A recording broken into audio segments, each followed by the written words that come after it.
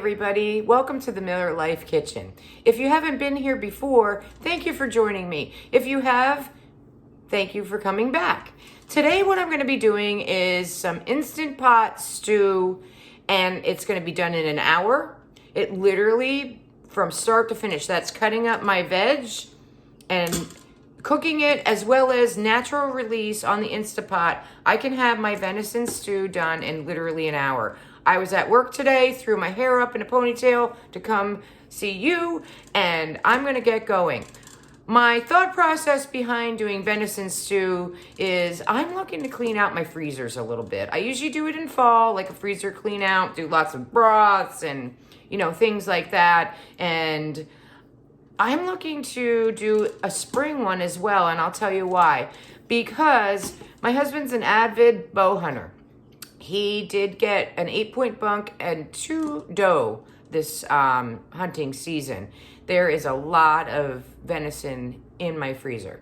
So I want to make room for chicken though. That's actually literally one of the things I'm feeling a little concerned about with all of the, chicken problems. And we like chicken, but do I can it? Yes. I do ingredient canning chicken, so it's plain, and then I make my recipe from there. However, I have been bringing you along for some of my recipe chicken canning. But to be honest with you, in the summer, we are grilling people. So I want to have chicken, safe chicken, in my freezer for grilling in the summer. There is nothing like some grilled chicken, I'm just saying. So what I'm gonna be doing is getting a little bit of that venison out of my freezer, because you know what? Fall will be here before you know it, and he will be hunting again. Hunting is a really great skill, and I don't hunt, but he does, and he's very good at it. So I'm not concerned about restocking my freezer with venison. So here we're gonna do some Instapot venison recipes. If you're interested in more recipes, let me know in the comments, because I do cook a lot of things with venison and we love it. So sometimes with venison, what you have to do is, marinate it or do like a buttermilk thing to get rid of the gamey taste. But to be honest with you, we're venison eaters, so I don't do a lot of that because we enjoy the taste of it. You could use beef for this recipe though, if you do not have access to venison. So we're gonna be doing some stew, and here we go. All right, so look at these beautiful roasts. Aren't they gorgeous? I'm just gonna be cubing these. You could do this as a whole roast. However, I am in essence of time cubing it up. So I'm gonna be doing about, I don't know, it's not like canning where you gotta worry about, the canning police or the USDA telling me I can't do this. But I want it to cook through, but I also, quickly, but I also don't want it to get too tough. One of the things about venison is that it is very lean, very, very lean. I'm actually going to be using some of my ham grease that I saved when I canned my ham. I'm going to be saving that. I saved that in the fridge, and I'm actually going to be using that instead of oil. The reason I'm doing that is venison is very lean, so I want to use something with a little bit higher fat content. Plus, I think that'll give it a really, really nice taste. All right, so I think that is actually enough, but I'm gonna cut this up the rest of the way, and I will make something else out of this if I don't use it all. My Instapot is a 6-quart. I've always debated on buying a larger one, but you know what? There's 3 of us. It's myself, my husband, and 1 daughter still at home. So that's it. I don't need an 8-quart that feeds like 10, 12 people. Although we do like leftovers. We take it for lunch. So like this stew, for example, will be great for my husband's lunch and my lunch. This meat is absolutely gorgeous. Look at that. Beautiful, beautiful, beautiful meat.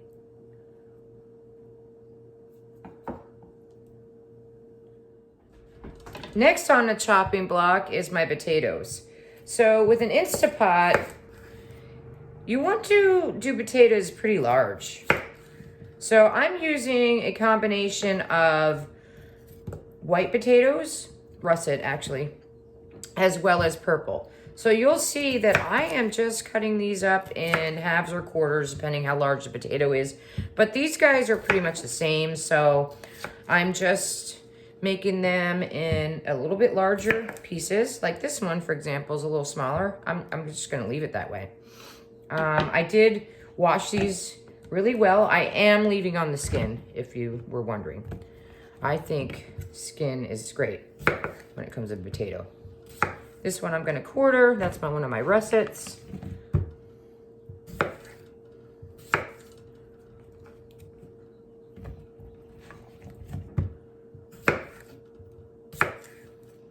I did notice there's a little end here. See that guy? I'm getting rid of that. That's it. It's my potatoes. Next, we will be doing the onion, so I'm gonna rinse this. So next, I'm gonna be chopping up the onion. Now, I live in Pennsylvania, and the climate is pretty cold from, you know, November, December, on through to, God, sometimes it's like May.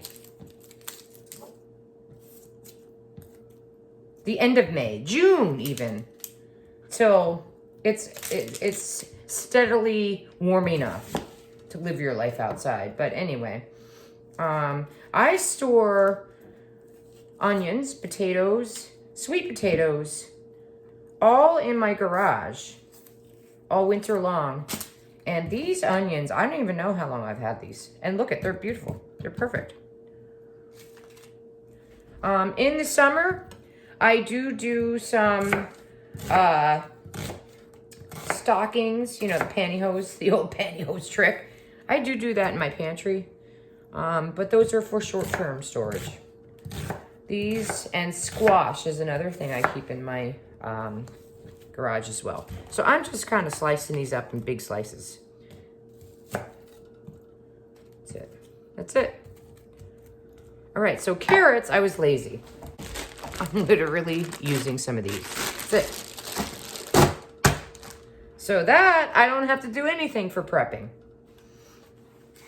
All right, I will bring you back when I'm literally gonna put everything in the Instapot. I am actually gonna use some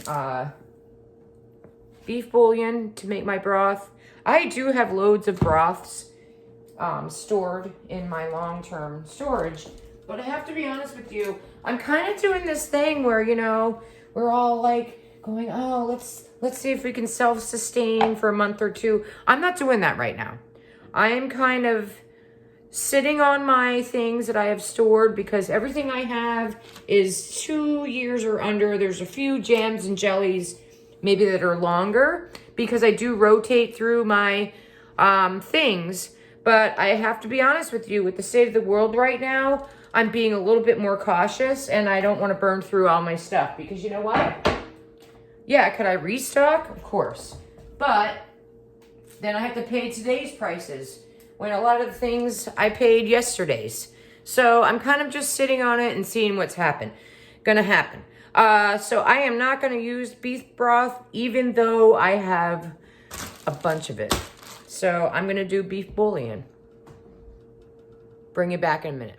All right, here we are. I've got my Instapot ready. I'm gonna turn it to saute. Oh wait, I have to plug it in. That would help. Let's plug it in. That's the thing about doing videos. You're always blabbing and the obvious stuff you don't do. Okay, Captain Obvious, here we go. It's plugged in. All right, here we go. Now I'm going to hit saute. And this particular one, I have a couple. This is a Duo Plus, by the way. I have actually 2 Instapots.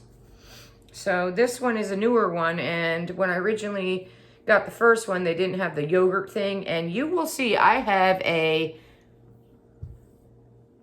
jams Pump Up the Jam series coming.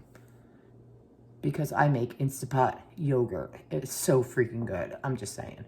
So, let's get back to the scheduled program. All right, so this one I have to hit start for saute to happen. The other one I have, the original, it does not have you need to just kind of stand there and wait a second, and then it all happens. With that one in particular, you will find that you're like, oh my God, what's happening? Is this gonna start? Blah, blah, blah. But yeah, it will. This one literally has the whole process of it does start after you hit enter. All right, guys, so because deer meat is very lean, I'm going to be using some of my ham broth. Gelatinous part that I saved in my fridge that I skimmed off the top. Oh my gosh, that smells good already. Literally. Oh, ooh, ooh, ooh.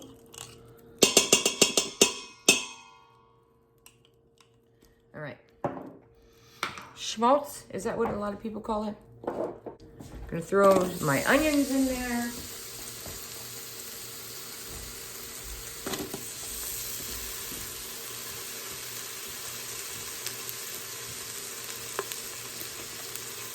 I am doing 2 cups of the beef bouillon broth that I made. However, I am going to add in some of the tomato bouillon. It just gives it a really nice underlying flavor. So what I'm going to do for that is put about just, you know, a regular teaspoon. I don't get crazy with measuring stuff, but I'll try to make a recipe out of this for you in the description box. Here you go. So this is beef bouillon and tomato.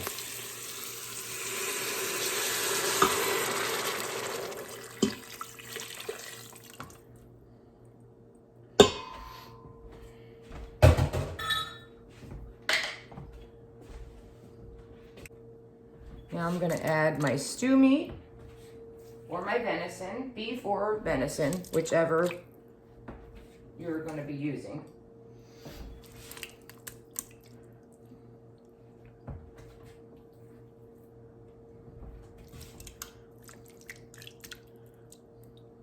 Ugh. I hate touching raw meat, but it is what it is. Now I'm going to be adding a little bit of salt. This is kosher salt. Some pepper. Worcestershire sauce. Worcestershire. Any of you guys in my age group remember the Three Stooges? Worcestershire. I'm going to do also a little bit of minced onion.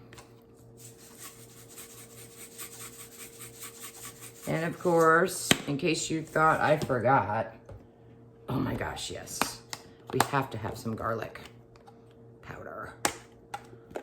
I'm doing this in my hand because this particular one that I got, this is so fine. Like, I don't know, something about it. It's like you can go overboard way too quickly. Give this a little bit of a stir.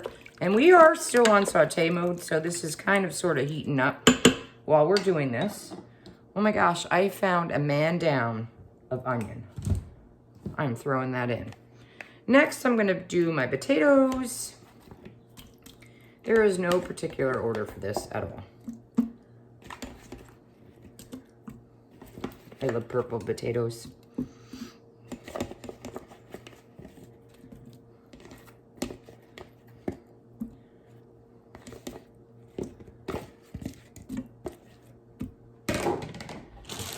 Now we're almost up at your, fill line on the Instapot. A couple carrots. Lazy people carrots. Let's try to get this all in here. And I'm gonna then take some of my home dehydrated parsley and put it on top. Here it is. There is nothing like some dehydrated on your own fresh parsley made into a dried parsley. I love it. I put probably too much on everything, but we love parsley. So yeah, you can put less, but I enjoy it. I love it. That's it. That's all I'm saying. All right, let me find my lid. Okay, I'm doing pressure cook high for 30 minutes. If you're a pressure cooker, if you open it and you go, oh my God, it's not done yet, just put the lid on and set it for a few more minutes. Yeah, it'll have to heat up, but it really doesn't have to heat up because it already did all that. So it's not, don't get like crazy about it. But there is an Instapot cheat sheet of timing for your meats. And actually they do have a venison one. So like if this was beef, do 20 minutes. But it does say 30 for venison on the Instapot cheat sheet cook times. So you can just Google that or even go on Pinterest. That's where I found it. So they do have an Instapot cheat sheet on meat cooking times. So I think that's the biggest thing with the Instapot. You're always worried like, oh my God, how long do I cook it? And blah, blah, blah. So anyway, we're gonna let this come up to pressure. It's gonna cook for 30 minutes. And then you are gonna do natural release. Why is that hard for me to say today? I really don't know. But anyway, I was at work, so give me a break, man. Anyway, you're going to be doing a natural release. So just let it do what it's gonna do because that's gonna make everything more tender. And I'll see you when all of that has happened. Here it is. It was done in the 30-minute cook time. I did not have to add anything extra. Thank you for coming along today while I did my venison Instapot stew. I hope that if you have venison in your freezer, it gives you a little bit of a new idea on an old recipe, which is stew. Everybody loves stew. It's a comfort food, and you can't go wrong feeding anyone doing stew. So thank you for coming today. If you like what you saw, please hit the thumbs up. And if you would like to see more, please consider subscribing. Thank you and have a great night. Bye.